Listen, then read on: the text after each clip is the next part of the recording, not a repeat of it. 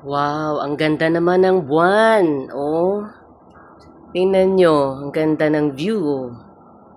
Ayan po, ang liwanag ng buwan. Full moon ngayon. Ayan, ang ganda oh. Ang ganda naman. Nung mga bata pa kami, sa bukid yan. Lagi ko pinapanood yung yung buwan. Oh, ganda no? Ayan po, a heavenly body yan, no? Gawa ng Diyos yan.